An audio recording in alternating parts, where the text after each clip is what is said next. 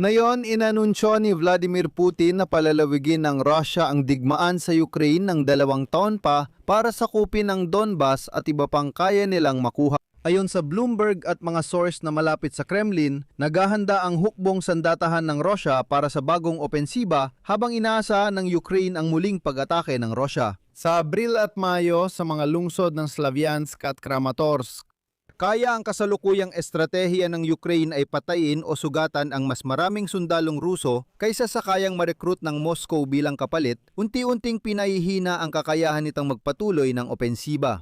Sa parehong panahon, sinabi ng Kremlin na dapat magdesisyon si Pangulong Volodymyr Zelensky ng Ukraine na paalisin ang mga tropang Ukrainian sa Donbas kahit na malinaw na walang planong gawin ito.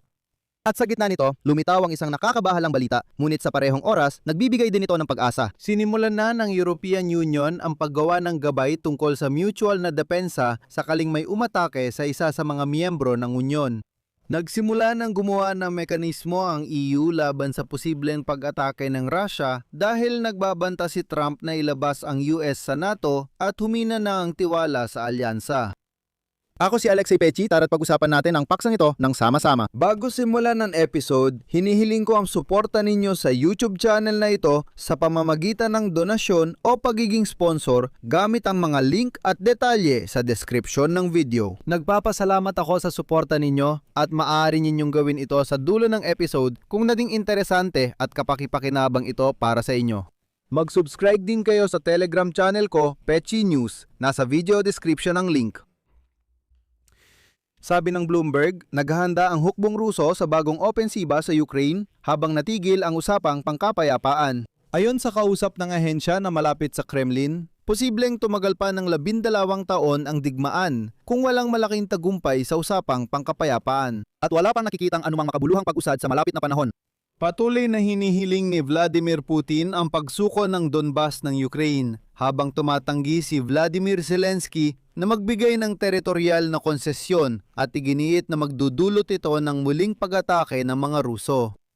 Ipinabatid ng Estados Unidos sa mga kaalyado noong nakaraang linggo na umaasa pa rin sila na sa anumang paraan ay mapaupo nila ang Moscow at Kyiv sa negosasyon, kahit na malayo pa rin ang posisyon ng bawat panig sa isa't isa. At ang mismong proseso ng negosasyon ay tuluyang huminto.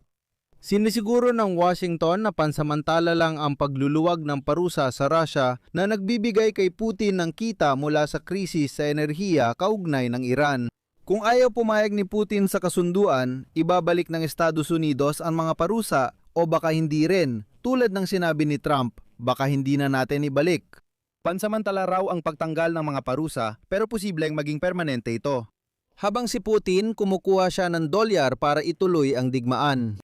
Halimbawa, marami, sigurado ako, na hindi pa alam o napansin ito, pero ngayon, pinalawig ng kagawaran ng pananalapi ng Estados Unidos sa pamamagitan ng Opisina ng Pagkontrol sa mga Dayuhang Ari-arian ang lisensya ng pagbiyahe ng langis ng Rusya papuntang China sa pamamagitan ng Kazakhstan hanggang Marso 2027.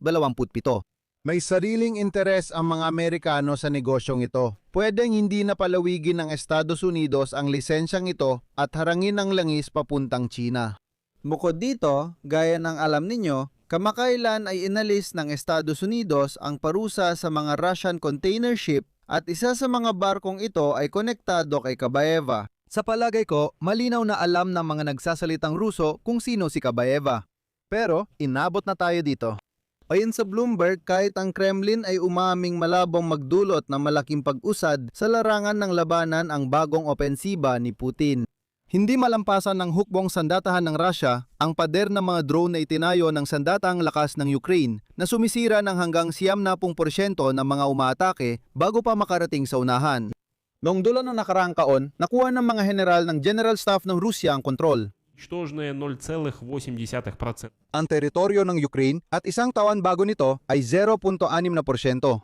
Sa ilang bahagi, ang bilis ng pagsulong ng Russia ay umabot lamang ng 15 metro bawat araw at nagtala ng pinakamababang record sa mahigit 100 taon na makabagong kasaysayan ng mga digmaan.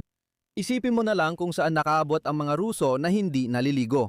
Ang digmaan sa Iran nagpataas ng presyo ng langis ay tiyak na magpapabuti sa budget ng Russia na kamakailan lang ay halos bumigay. Ang ekonomikong swerte ay magbibigay daan sa Kremlin na dagdagan ang pagre-recruit ng mga kontraktual na sundalo, tropa at gastusin sa militar. Ang diinasahang kita mula sa langis at gas na abot hanggang 34 na trilyong rubles taon-taon ay malamang ilalaan sa budget ng militar. Dagdag pa, inihahanda ng Kremlin ang lipunan para sa bagong bahagyang mobilisasyon upang ipagpatuloy ang mga labanan. Sinulat na ito noong Pebrero ng mga eksperto mula sa Amerikanong Institusyon para sa Pag-aaral ng Digmaan. Ayon sa institusyon, pinatutunayan na mas pinaigting na pagbablock ng internet ang padlika ng impormasyong kondisyon para sa pilitang pagpapatawag sa mga mamamayan para sa prente. Kasama rin dito ang mga batas ng huling bahagi ng nakaraang taon na pumayag sa Ministry ng Tanggulang Pambansa ng Rusya na gamitin ang 2 milyong reserbang para sa mobilisasyon. Bagaman sinabi ng mga autoridad na ang mga reserbista ay para lang magbantay ng kritikal na pasilidad, pinapayagan ng batas na gamitin sila sa labas ng Rusya.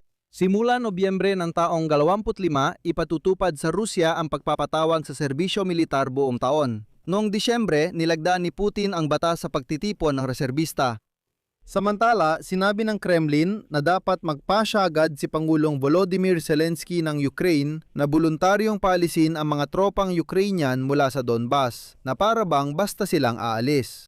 Ngayong araw, sinabi ng tagapagsalita ng Kremlin na si Dmitry Peskov ang kalokohang ito at dagdag pa niya na tigil ang usapang pangkapayapaan ng Rusya at Ukraine dahil abala ang Estados Unidos sa digmaan laban sa Iran.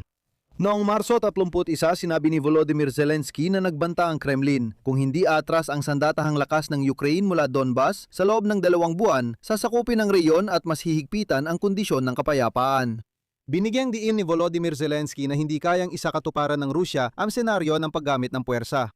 Itong 2 buwan na ito nakakatawa pakinggan dahil paalala ko lang, mula pa noong 2014 sinusubukan ng mga Ruso na sakupin ang buong Donbas pero hindi nila magawa, tapos na yon bigla nilang sinasabi na sa loob ng 2 buwan siguradong masasakop nila.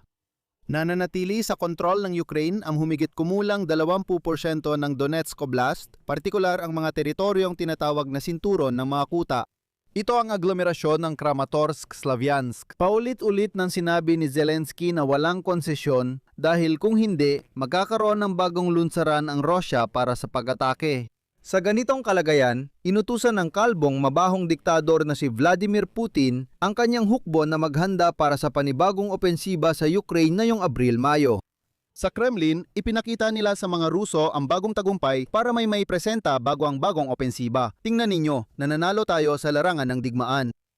Walang nagsasabi sa kanila na may pinakamasamang record sila sa pag-abante sa prente sa mahigit 100 taon pero ganun pa rin. Sa kagawaran ng depensa ng Federasyon ng Rusya, inihayag ngayon na ang mabangis na hukbong Ruso ay tuluyang nasakop ang kinatawag na Luhansk People's Republic, ibig sabihin ang Luhansk na reyon ng Ukraine. Alam mo ba ang pinaka nakakatawa sa balitang ito? Ang nakakatawa, noong Hulyo 2022 pa lang, iniulat na ng mga sundalong Ruso kay Vladimir Putin ang ganap na pagsakop sa Luhansk na rehiyon ng Ukraine. Ito ay binanggit noon ni dating Ministro ng Depensa, Sergei Shoigu. Pagkatapos, lumipas pa ang 3 taon at noong Hunyo 30, 2025, inihayag ng tinatawag nilang pinuno na si Leonid Pasechnik ang ganap na pagsakop sa tinatawag na Luhansk People's Republic. Halos 1 taon nang lumipas at sa ikatlong beses, sinasabi ulit sa mga Ruso na tuluyan na nasakop ang Luhansk. Tulad nung sinakop nila ang Kupiansk sa Kharkiv noong 1 taon. Lumabas na, hindi naman pala nila nasakop. Noong panahong yon sa Europa, sineryoso na ng mga tao ang banta ng mga Ruso at may papel din si Donald Trump. Gumagawa ang European Union ng gabay para sa paggamit ng ika-7 bahagi ng Artikulo 42 ng Kasunduan Ukol sa mutual na depensa kapag inatake ang miyembro nito.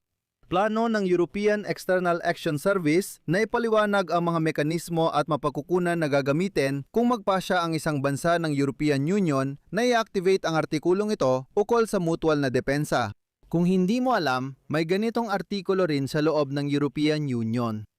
Sa gitna ng banta ng mga Ruso sa mga bansang Baltiko, mas mahalaga ito ngayon. Mas lumakas ang interes sa mekanismong ito ng pagtutulungan matapos ang direktang pag-atake ng mga drone ng Iran sa Cyprus kung nasaan ang base militar ng Britanya. Nagdulot ito ng tanong sa mga diplomat ng Europa kung paano gumagana ang Artikulo 42, talata 7 sa aktwal na sitwasyon. Halimbawa, ang Cyprus ay miyembro ng European Union ngunit hindi ito kasapi ng NATO. Kapag si Donald Trump ang nasa eksena sa NATO, hindi ka makakaasa ng tulong. Gusto ko lang banggitin na obligadong tumulong ang mga bansa ng EU sa miyembrong estado na may banta ayon sa charter ng European Union. Ikukuwento ko pa ito ng mas detalyado sa susunod na episode, kaya dito muna ako titigil. Mag-subscribe kayo sa channel, pindutin ang like at pakisulat ng kahit anong komento ninyo sa episode na ito para mas maraming manonood ang makakita nito. Kung nais niyong suportahan ng proyekto at YouTube channel namin sa pinansyal na paraan, lubos akong magpapasalamat. Magagawa ninyo ito sa pamamagitan ng mga link at detalye sa description ng video na ito. Nakasulat doon na suportahan ang channel ni Alexei Pechi. Pumili lang kayo ng pinakakomportableng paraan para sa inyo. Magpapasalamat ako sa inyong suporta.